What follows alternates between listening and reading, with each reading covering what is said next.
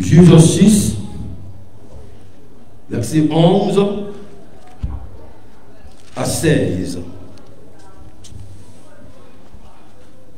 Je lis la parole du Seigneur. C'est la version Thomson. Je lis. Puis le messager du Seigneur vint s'asseoir sous le térébinthe d'Ophra, qui appartient à Joas, l'Abiésrite. Gédéon, son fils, battait du froment au pressoir pour le mettre à l'abri de Madian. Le messager du Seigneur lui apparut et lui dit: le Seigneur est avec toi, vaillant guerrier.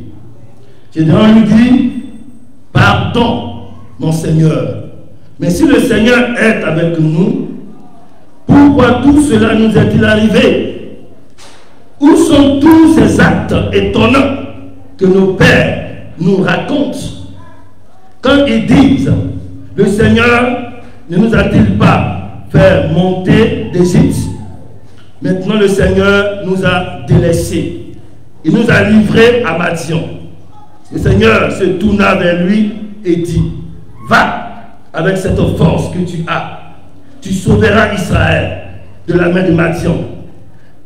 N'est-ce pas moi qui t'envoie? Il lui répondit: pardon, mon Seigneur. Mais avec quoi sauverai-je Israël? Ma fratrie est la plus faible en Manassé, et je suis le plus petit dans ma famille. Le Seigneur lui dit: je serai avec toi, et tu les battras, et tu battras Madian comme un seul homme. Amen. Que Dieu bénisse sa parole. On s'assoit. Gloire à Jésus. Il est ici question de Gédéon, un laïc que Dieu a choisi pour libérer son peuple. Avant qu'on aille un peu plus loin, je vais situer le contexte du passage. Alléluia. Sur le verset 11, on ne va pas comprendre ce qui s'est passé. Alléluia. Donc on va revenir au verset 1 pour comprendre un peu le contexte du passage. Donc je relis le verset 2, je lis le verset 1 à 6. Je lis 6 verset 1 et Juge 6 verset 1. L'Israélite fit ce qui déplaisait au Seigneur, et le Seigneur le livra à Madian pour 7 ans. Madian fit sentir son pouvoir à Israël. C'est à cause de Madian que les Israélites aménagèrent dans les montagnes les crevasses, les grottes et les endroits escapés. Quand Israël avait sémé, Madian, Amalek et les fils de l'Orient l'attaquaient. Ils dressaient leur camp contre lui, détruisaient la production du pays jusqu'avec Gaza et ne laissaient en Israël ni vivre, ni petit bétail, ni bœuf, ni âne. Quand ils se mettaient en campagne avec leurs troupeaux et leurs tentes, ils arrivaient comme une multitude de criquets. Ils étaient innombrables, eux et leurs chameaux.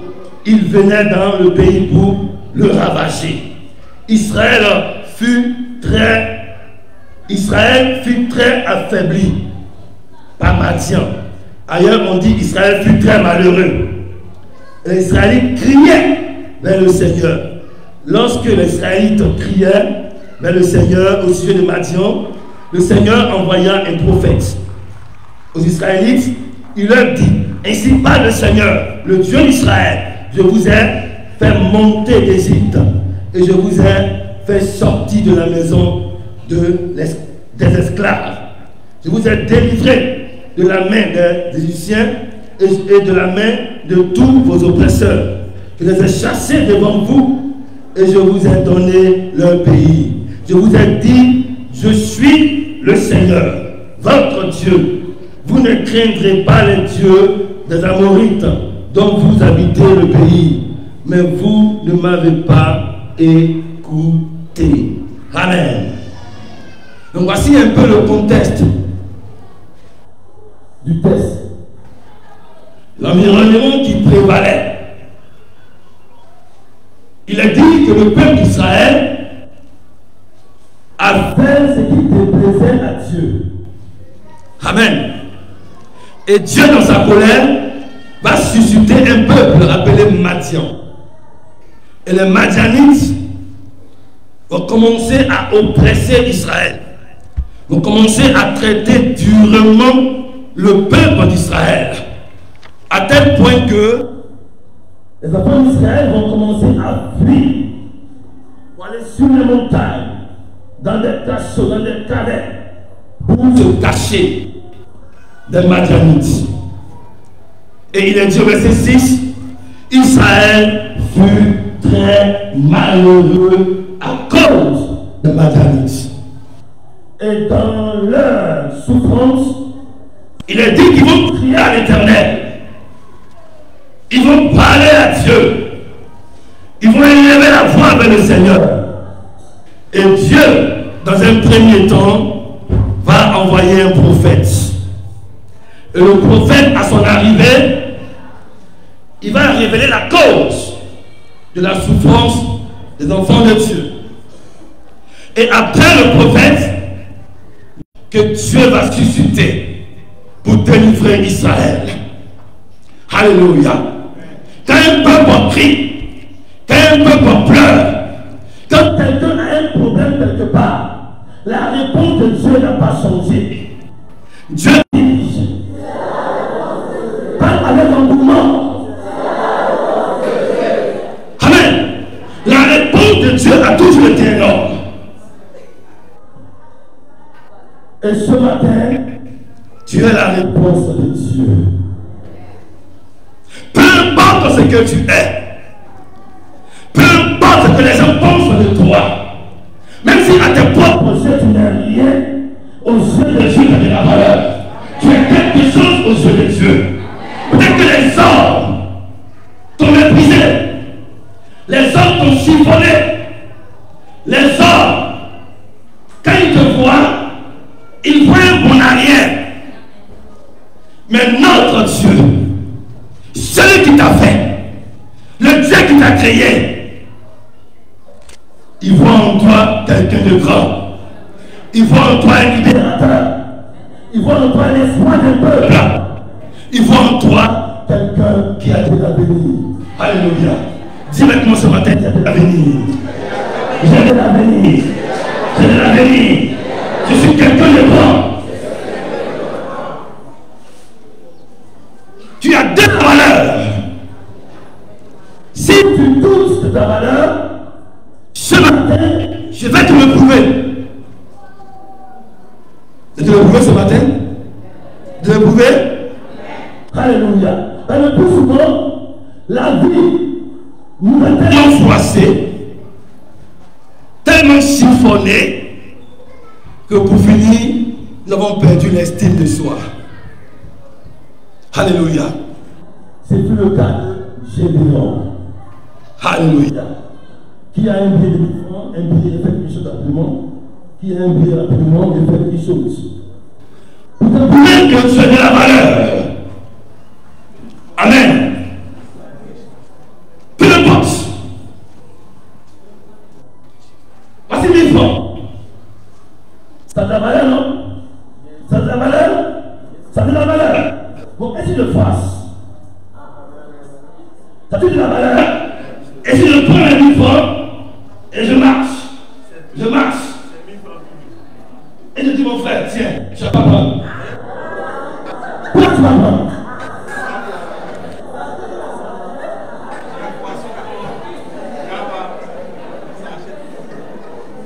Pourquoi tu vas prendre? La valeur n'a pas changé. Alléluia. Alléluia. Le Dieu qui t'a créé, il sait une chose. Ce qui te valorise, ce n'est pas les moyens financiers. Ce n'est pas ta classe sociale. Ce qui fait ta valeur là, c'est parce que tout simplement tu es l'image du Dieu créateur. C'est ça. Il y a quelque chose de Dieu en toi. Alléluia. Il y a quelque chose de précieux en toi. C'est ce qui fait ta valeur. C'est ce qui fait ta beauté. Ce ne sont pas le maquillage, ni l'embellissement du corps. Non. Ce qui fait ta valeur, c'est ce qui est en toi. Quand Paul a dit dans 1 Pierre, quand on lit là-bas, il dit aux femmes, ne vous parlez pas de tresses et de bijoux. Ces choses-là ne servent qu'à peu de choses. La véritable beauté est celle qui est intérieure. Alléluia. Ce qui est de Dieu qui est en toi. C'est ce qui fait de toi ta valeur. Alléluia. Alors tu as de la valeur. Tu es quelqu'un de fort, quelqu'un de grand. Que Dieu nous bénisse ce matin. Que Dieu nous bénisse ce matin. Si tu crois cela, là le Seigneur Jésus ce matin.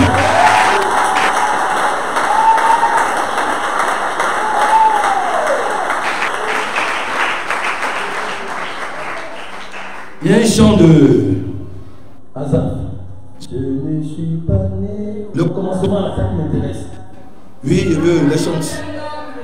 Prends le micro, on va parler. Sois dans l'esprit du message.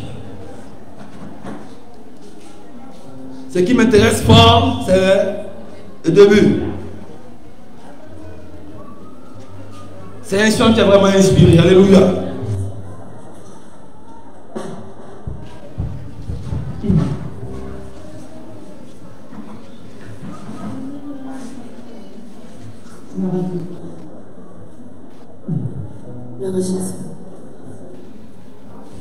Je vous attends.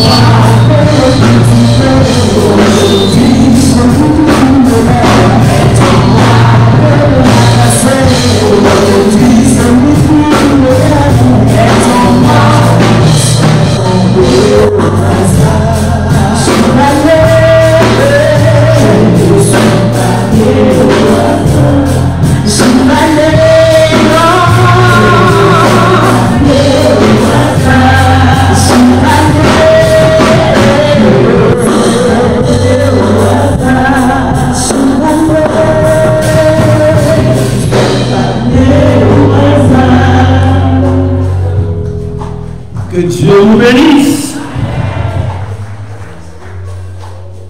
Au verset 11 du passage, il est dit que le messager de l'Éternel va apparaître à un homme appelé Gédéon. Et à son apparition, voici comment est-ce qu'il va saluer Gédéon. il va dire à Gédéon, vaillant héros, le Seigneur est avec toi. Waouh! Mais cette salutation a choqué Gédéon. Ça l'a troublé. Amen. Ça l'a choqué, ça l'a troublé. Il dit, oh, attends, s'il te plaît, pardon.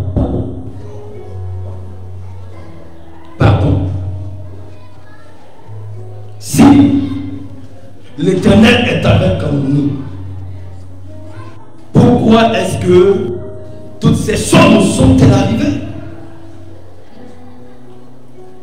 C'est comment est-ce qu'on raisonne lorsque nous passons par des moments difficiles? Pourquoi? Où sont les miracles dont nos pères nous ont parlé? Ils ont dit que Dieu a opéré des signes en Égypte. Alléluia. Il a changé l'eau en verre. La poussière a été transformée en des mouches venimeuses. L'eau a été changée en sang. Il y avait un temps, il y a eu une obscurité sur l'Égypte. Mais là où étaient ces enfants, il y avait la lumière là-bas. Il nous a délivrés de la captivité de 430 ans. Et le plus grand miracle, il a fendu la mer Rouge. Et nos pères ont traversé à sec la mer Rouge. Et nos ennemis ont été engloutis par la mer Rouge. Où sont ces actes étonnants? Où sont ces miracles? Ce que Gédéon ignorait, ce dont il n'avait pas conscience, est que lui-même, il était le miracle qu'il recherchait derrière lui. Oh. Il était lui-même le miracle. Dieu a apparu à Gédéon pour que Gédéon soit le miracle de Dieu. Tout son peuple. Mais lui, Gédéon, il cherche ce miracle dans le passé là-bas. Chaque miracle derrière là-bas. Et là, il lui dit, va avec la force que tu as. Ça y est en toi. Alléluia. Combien de fois tu regardes autour de toi et tu dis, tout me viendra le secours. Combien tu cherches la solution à gauche et à droite sans savoir que tu es toi-même la solution de Dieu. Tu es la réponse de Dieu au problème de quelqu'un. Tu es la guérison de Dieu à la maladie de quelqu'un. Tu es même la délivrance de Dieu aux difficultés de quelqu'un. Mais tu es tellement concentré sur toi-même. Tu regardes tellement aux réalités de ta vie que tu ne peux pas voir ce que Dieu voit en toi. Mais ce matin, j'aimerais t'amener à voir ce que Dieu voit en toi. Alléluia. Alléluia. Gloire à Jésus. C'est Dieu dit, attends, pardon. Il dit pardon. Il dit pardon. Alléluia. Il dit à l'ange pardon. Regarde. Ma famille est la plus pauvre. Et moi, je suis le dernier d'entre mes frères. Alléluia. Mais Dieu dit, n'est-ce pas moi qui t'envoie? Je serai avec toi. Est-ce que tu sais que Dieu est avec toi? Est-ce que tu sais ce matin que Dieu est avec toi? Est-ce que tu sais que Emmanuel est avec toi? Même quand tout semble perdu, même quand la tempête, même là, même quand c'est l'orage, même quand c'est l'ouragan qui s'abat sur toi, est-ce que tu sais que Dieu est avec toi dans la tempête? Souviens-toi dans la barque. La barque devait couler.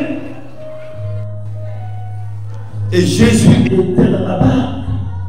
frère vous. Il était dans la barque. Et la barque n'a pas coulé. Quand Jésus est quelque part, ça ne veut pas dire qu'il n'y aura pas de problème. Mais quand le problème se présentera, Yeshua Hamashiach se lèvera et il abaissera la tempête. Alléluia. Il dit, je suis le dernier de ma famille. Mais quel est le rapport? Je te dis, Dieu va libérer mon peuple. Et c'est Dieu va dire, je suis le dernier de ma famille. Il y a un rapport. Alléluia. Il y a un rapport. La vérité est que Gédéon était un vaillant héros. Dieu était en lui. Mais la réalité était aussi que Gédéon venait de quelque part.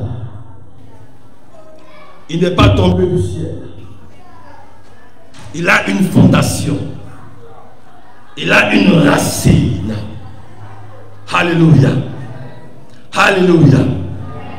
C'était ça sa réalité. Alors lorsqu'on lit, on verra au verset 25, Dieu va lui dire, va et renverse le tête de Baal qui appartient à ton père.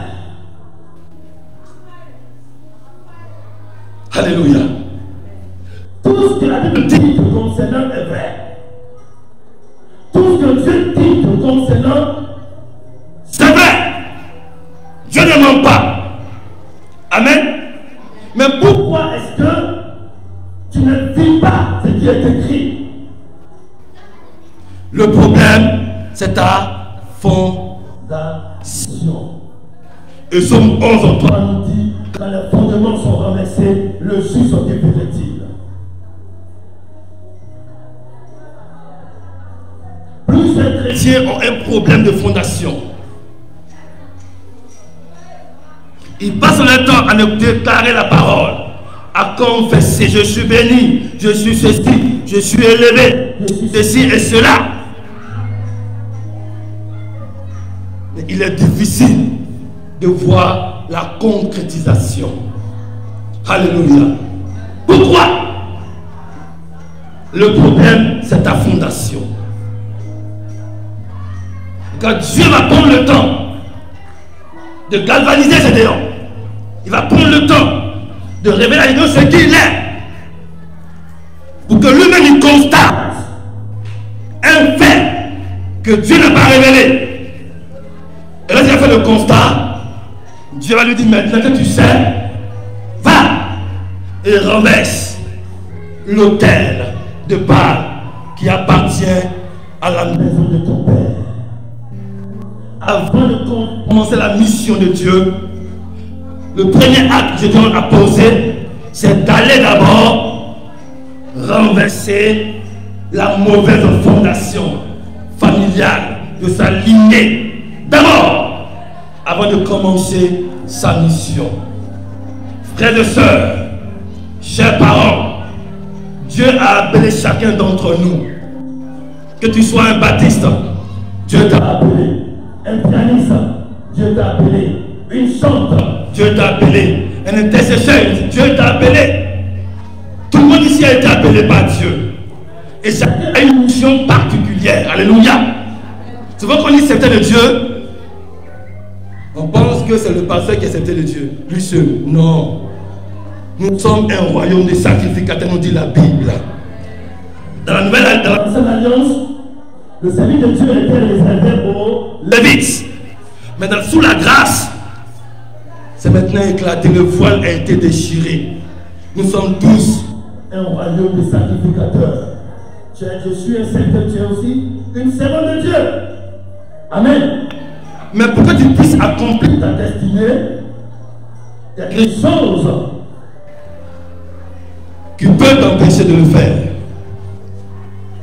C'est ta fondation. Pourquoi le Somme 11 dit, quand les fondements sont renversés, le juste, que ferait-il? Il est vulnérable. Il ne peut plus rien faire.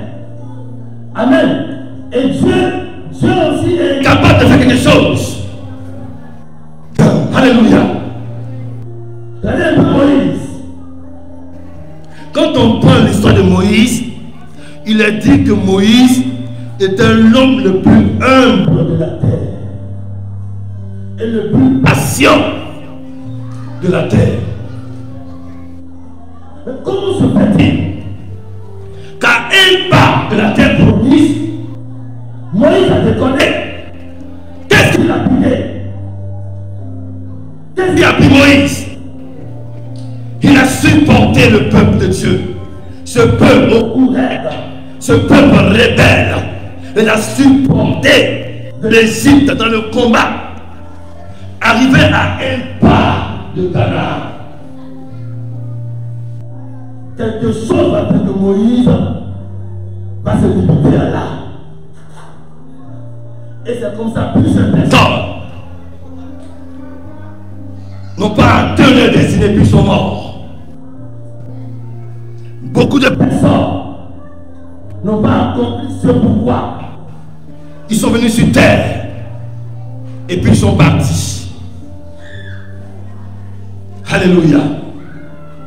Mais moi, je ne mourrai point. Je vivrai et je raconterai les œuvres de l'Éternel.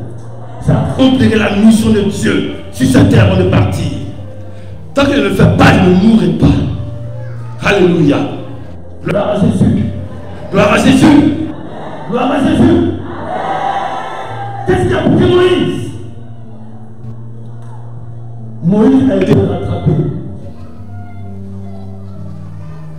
par un lien de famille. L'onction de colère coulait dans la famille. Et Moïse a géré la colère jusqu'à arrivé proche de Canaan. Le diable va se manifester maintenant. Souvent Satan te donne l'impression que c'est bien parti. Amen. Il donne que c'est bien parti. Allez, vas-y. Tu vas de victoire en victoire. Arrivé à un certain moment, tu reviens encore en arrière. Je mets l'argent encore et puis je suis tombé.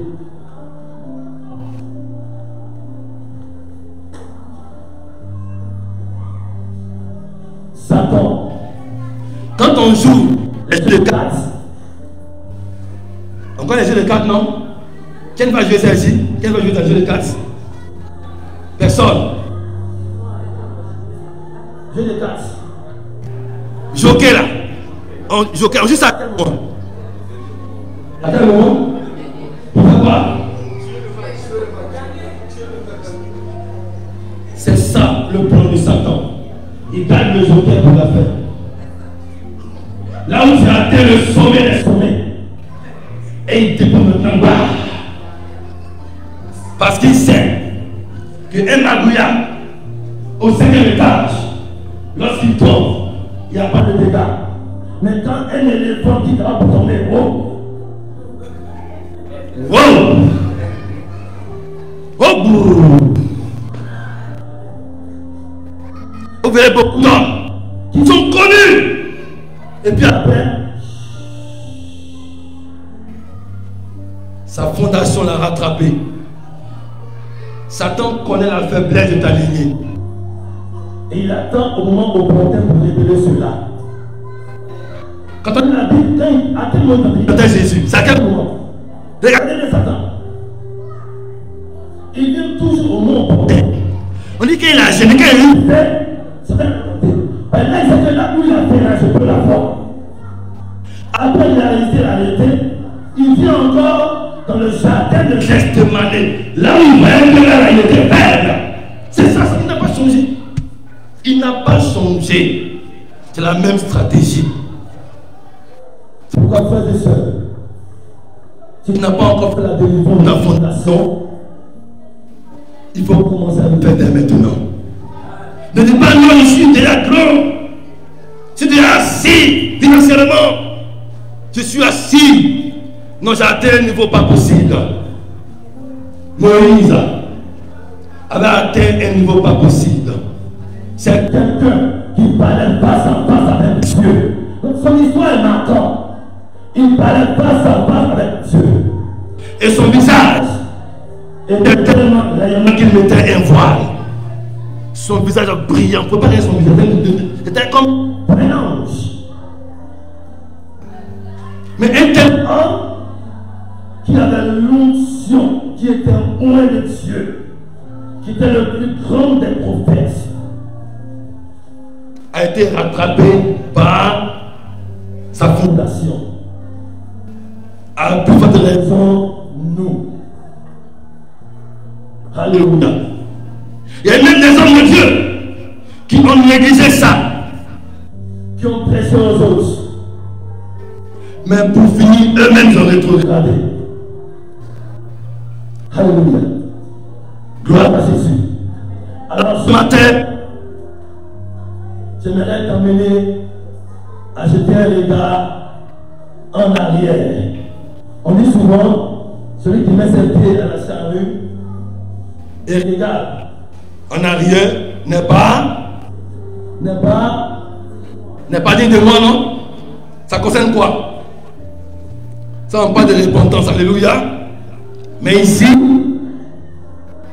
il est important de regarder derrière. Regarde derrière. Ésaïe 51 dit: vous qui recherchez la justice, vous qui cherchez l'Éternel, portez vos regards vers là où vous avez été taillé. Alléluia. Et quand on prend Ézéchiel 16, Ézéchiel 6, il va parler encore, il va dire comme ça que, il va dire, parle à mon peuple, dis-leur, de ta naissance, tu es des canards. Par ton origine, tu es des canards. Mais ton père était un amorien, un idolâtre. Ta mère était une tienne. À ta naissance, ton cordon n'a pas été coupé. Quand on est de nouveau, il faut que le cordon de la lignée soit coupé. C'est comme la sage-femme à l'hôpital. Qu'un enfant naît, c'est qu'il dit l'enfant à sa mère, c'est quoi d'abord? Le cordon ombilical. Elles vont couper ça. Elles vont soigner le cordon. Elles vont nettoyer l'enfant. Elles vont l'embellir maintenant. C'est la même chose pour le chrétien que nous sommes. Alléluia. Et dans l'histoire des Gédéons, il a bien commencé, mais il a relâché. Mais ça l'a rattrapé. Ça l'a rattrapé. Il avait 110 enfants. Il avait plusieurs femmes. Il a pris encore une concubine. Il a pris un enfant encore là-bas. Et le seul enfant là, après la mort de Gédéon, a exterminé tous ses enfants. Ce sont 10 enfants. Et par la suite, il est mort. Le Gédéon est parti sans qu'il y ait personne derrière lui. Tu as lutté pour quoi? Ça t'a rien pour quoi? La lumière l'a rattrapé. Alléluia. Gloire à Jésus. Gloire à Jésus. Gloire à Jésus. Tu ne dois pas ignorer ta fondation. C'était ancêtres. On tue même des hommes. On fait des bêtes de rituels. On était des bêtes de Satan, des prêtres de Satan. Et tu sors de là-bas. Et tu négliges ta fondation. J'étais à l'ouest, à Gamogaison. Dans ce village-là, on a implanté l'œuvre. On a commencé à faire l'œuvre de Dieu. Mais,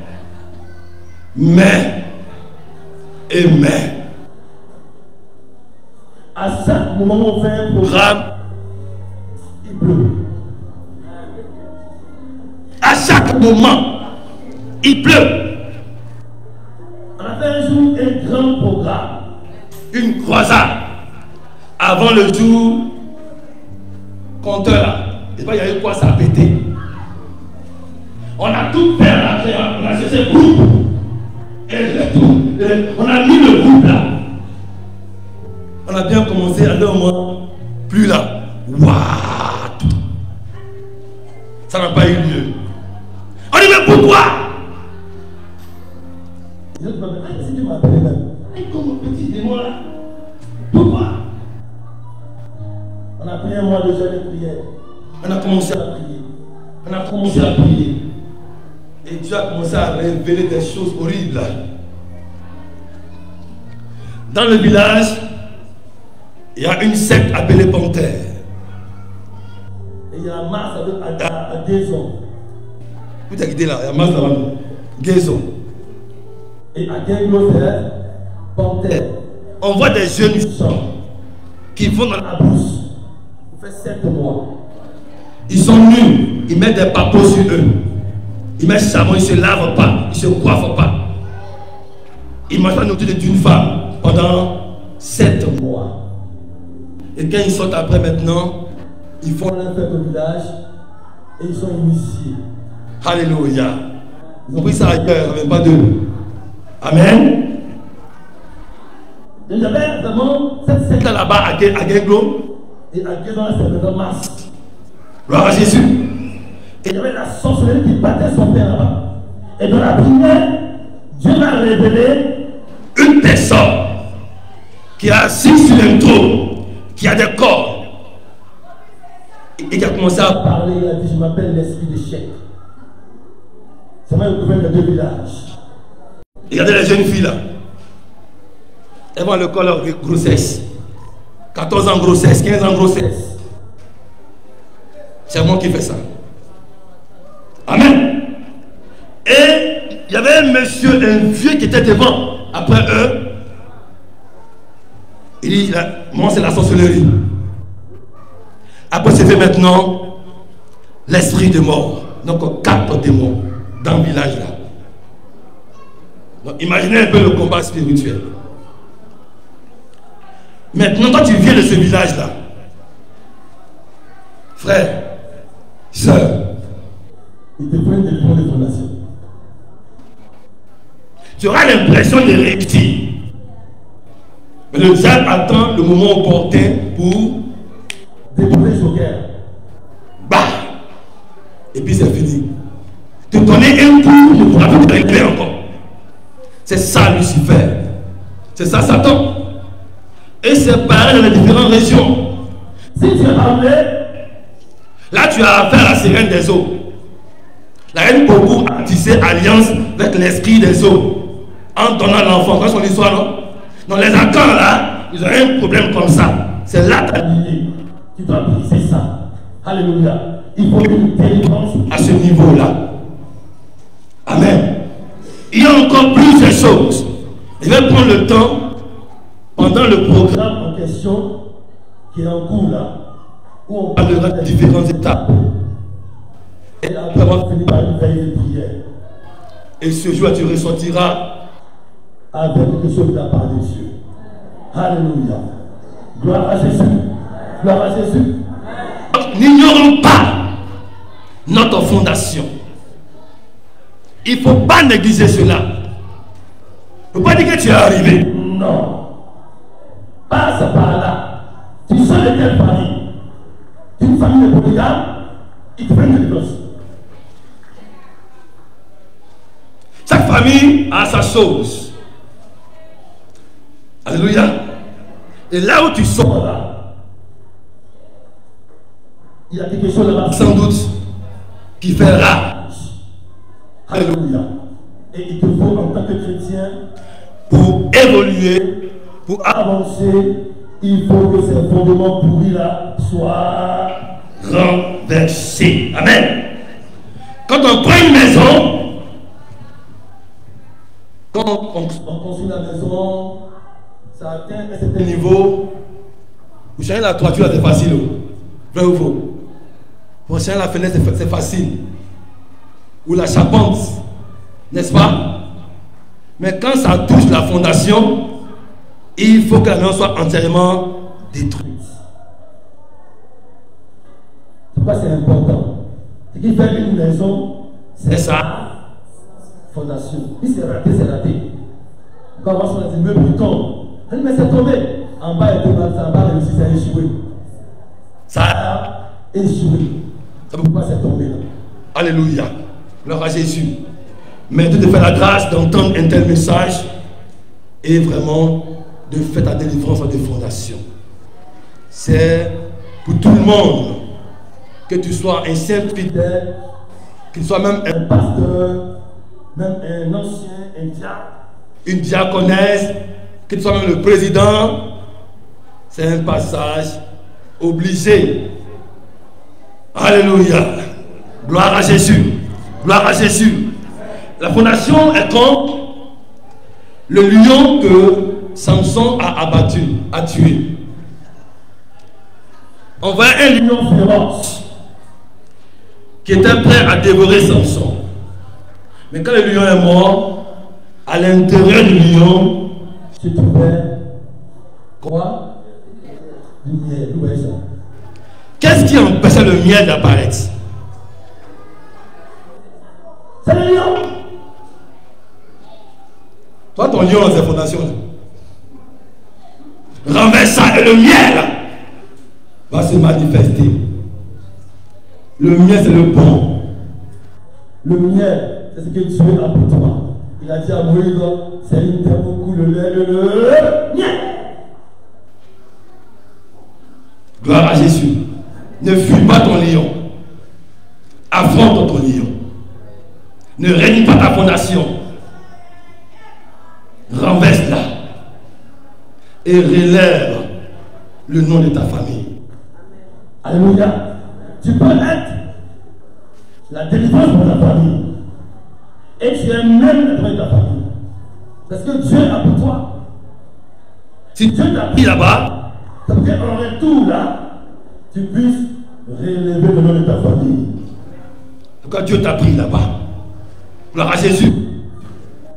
Mais avant d'être un héros, il faut d'abord commencer à combattre. Il n'y a pas de héros sans combat. Il n'y a pas de champions sans bataille. Et ta bataille commence par la fondation d'abord. Il faut vaincre ta fondation et les choses iront comme Dieu veut que vraiment ça puisse aller. Que notre Dieu soit glorifié ce matin. Que Dieu soit béni ce matin. Alléluia. Tu as la réponse de Dieu. Tu as fini ce message par une parabole d'un homme de Dieu qui m'a plu personnellement. Donc écoute attentivement. Le thème de la parabole, c'est l'homme dans le fossé. C'est-à-dire que l'homme dans le trou. C'est le thème de la parabole. Il a dit, un homme est tombé dans une fosse et commença à crier au secours. Il avait besoin de quelqu'un pour le secourir. Pendant qu'il était resté dans la fosse, il était l'objet de beaucoup de sympathie. Et des essais étaient faits pour le secourir. Malheureusement, la plupart ne pouvaient le secourir. La première personne qui est venue à son secours se trouvait être le frère sympathie. Quand tu as un problème, la première personne qui vient vers toi, c'est la sympathie. Il était très sympathique, mais cela n'a pas changé la situation de l'homme dans le trou. Tout ce qu'il dit, frère, sympathie était, je suis désolé, ta condition est critique. Quel dommage! Au revoir. Et il s'est détourné et a laissé l'homme dans le trou. Amen. Le prochain visiteur était frère logique. Il a fait une brusque déclaration. C'est logique qu'une personne puisse tomber dans un trou. Tu n'es qu'une victime de trou. Amen. Tu n'es qu'une victime qui est tombée dans le trou. Ayant dit cela, frère logique l'a laissé dans le trou. Plus tard, frère condamnation est arrivé sur la scène. Il n'a pas épargné sa victime. Il a dit, il faut une mauvaise personne comme vous pour tomber dans un fossé. Tu souffres maintenant des conséquences des méfaits. Il a laissé l'homme dans sa condition. La personne suivante qui entrait en scène était sœur mathématique. Tout ce qu'elle a à faire était de mesurer la circonférence et le rayon de la force. Elle n'a rien dit de la victime. La personne suivante qui a intervenu était monsieur journaliste.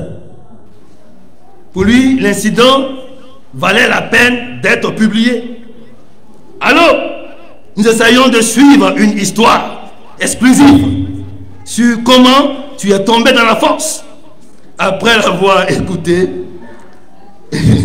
après l'histoire, il a quitté l'homme dans la force. Plus tard, frère jugement catégorique est venu pour passer son verdict.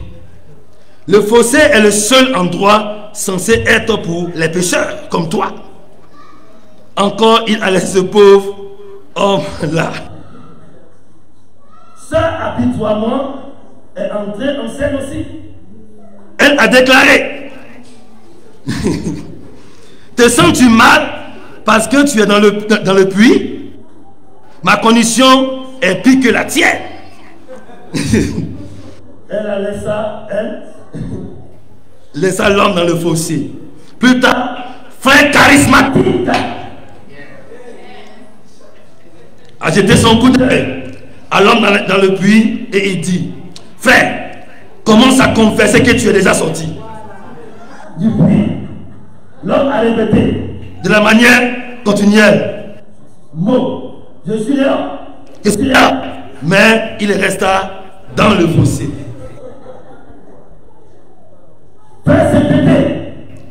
Frère Saint-Pété plus tard s'est montré.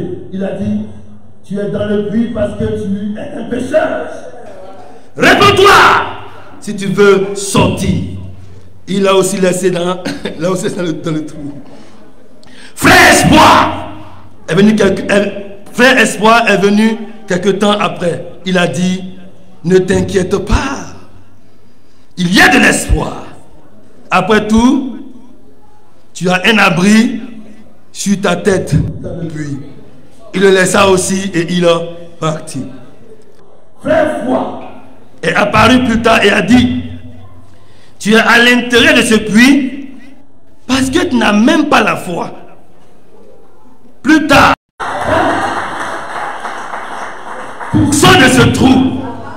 Veille ou pas, tu sors de ce trou après une séance de prière agressive.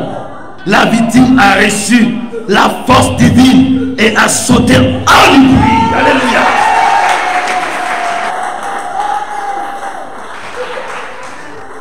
Cette parabole révèle l'état des enfants de Dieu qui croupissent dans le trou. Et la seule personne qui peut les enlever, c'est le frère délivrance. Alléluia. Que Dieu bénisse sa parole. Amen. Est-ce qu'on peut acclamer pour le Seigneur Jésus-Christ?